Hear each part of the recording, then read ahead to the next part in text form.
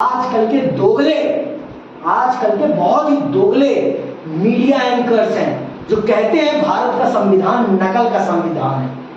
भारत का संविधान नकल का संविधान है। लेकिन मैं उनसे प्रश्न करना चाहूंगा कि अगर भारत कुछ अच्छी चीजें किसी और से देखकर सीखना अगर नकल है, तो हम सब ने तो सारी चीजें नकल से ही सीखी है। इंसान हर चीज नकल से ही तो सीखता है ना, सब चीजें देख दाख के क्यों सीखता है? तो जीवन ही नकल है फिर तो। इतनी मूर्खतापूर्ण तर्क देते हैं हमारे देश के एंकर आज के, उनको समझ तक नहीं होती कि वो क्या बोल रहे हैं। और जिन स्थितियों में भारत बना है ना, अगर आप उन स्थितियों को समझ लेंगे ना, तो आपको खुद रोना आएगा कि किन स्थितियों से हम निकल के आज यहाँ पहुंचे हैं। अंग्रेज ना हमारे पाँव में कील ठोक के रखते थे, जैसे घोड़े की नाल में कील ठोकी रहती है ना, घोड़े के पाँव में नाल ठोकी रहती है, कुछ वही दशा हमारी भी थी। हमें जानवर से भी ज्यादा बदतर परिस्थितियों में रखते थे वो, इतनी ज्यादा बदतर परिस्थितियों में। समझ में आई बात? अगर हम किसी से कुछ सीख के व्यवस्थित ढंग से चलना सीख जाए ना, और अगर मैं इनको बताऊं तो हमारे देश के इतिहास को पढ़ेंगे ना ये, तो आपको पता चल जाएगा हमारे देश में यही प्रणाली पहले से ही थी। हमने आज नहीं अपनाई है, हमने पहले से ही यही प्रणाली अपना रखी है। अगर आप मौर्य काल देख लो, गुप्त काल देख लो, दोनों कालों में यही है। मौर्य काल, गुप्त काल को आप पढ़ोगे तो आप देखोगे वहां पर भी सरकार क्या है, संघात्मक ढांचे के अंतर्गत चल रही है। पर हाँ, राजा के पास ज्यादा, जो सम्राट है उसके पास ज्यादा शक्ति है इन कंपेयर ऑफ राजाओं से। राजाओं से ज्यादा शक्ति है किसके पास? सम्राट के पास। उसे क्या कहते हैं? सम्राट। जो राजाओं का भी राजा होता है उसे क्या कहते हैं? सम्राट। समझ में आई बात समझ में आई? तो यहाँ पर भी हमने ये प्रणाली क्यों अपनाई, इसके बहुत सारे रीजन है, इसके बहुत सारे रीजन जो कि मैंने आपको क्लेरिफाई कर दिया। पहली बात, बहुत ही आसान पद्धति है, बहुत ही आसान पद्धति है। हमने इस चुनावी पद्धति का अनुभव कर रखा था, जिस कारण से हमने इसको सेलेक्ट किया।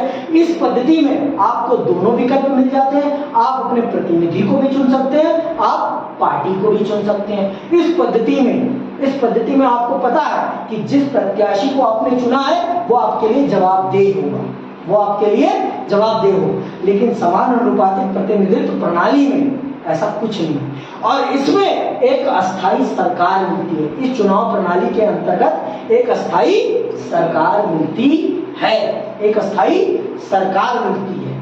ये बात जान लो आप, ये बात जान। प्रधानमंत्री के चयन में चिक नहीं होती। जिसको सबसे ज्यादा सांसद सपोर्ट कर देते हैं वो प्रधानमंत्री बन जाता है। वो एक सांसद जिसको सभी सांसद सहयोग कर दे वो बन जाएगा प्रधानमंत्री। जैसे आज माननीय मोदी जी को अधिकतर सांसद पसंद करते हैं, जिस कारण से वो भारत के क्या बने हुए हैं? प्रधानमंत्री। समझ में आ गई बात? वो भी एक सांसद है। वो कहां से सांसद है? वो वाराणसी से सांसद है। कहां से है? वाराणसी संसदीय क्षेत्र से वो सांसद हैं। तो अगर वाराणसी में काम नहीं हो रहा तो वाराणसी की जनता किसके पास जाएगी? माननीय नरेंद्र मोदी जी के पास, कि हमारे क्षेत्र के विकास क्यों नहीं हो रहा। जैसे अगर हमें दिल्ली के क्षेत्र के लिए अपने सांसद को ढूंढना है तो हम किसके पास जाएंगे? मीनाक्षी लेखी के पास, सांसद, और केजरीवाल के पास, क्योंकि वो हमारा विधायक है और वो हमारी सांसद है, वो हमारी सांसद है। समझ में आई बात? तो इसी प्रकार से, लेकिन समानुपातिक प्रतिनिधित्व में ऐसा कुछ नहीं है, ऐसा कुछ नहीं, क्योंकि आपने वहां पर किसको वोट डाला है? पार्टी, ना कि उम्मीदवार। और जिस उम्मीदवार को बिठाया गया है वहां पर आपका प्रतिनिधि बनाकर, वो आपकी पसंद का हो या ना हो, क्या पता, पार्टी की पसंद का होगा, और आप उसके पास जाकर सवाल भी नहीं कर सकते, सवाल भी नहीं कर सकते। समझ में आई बात? तो इसमें सब कुछ स्पष्ट है, सब कुछ स्पष्ट है।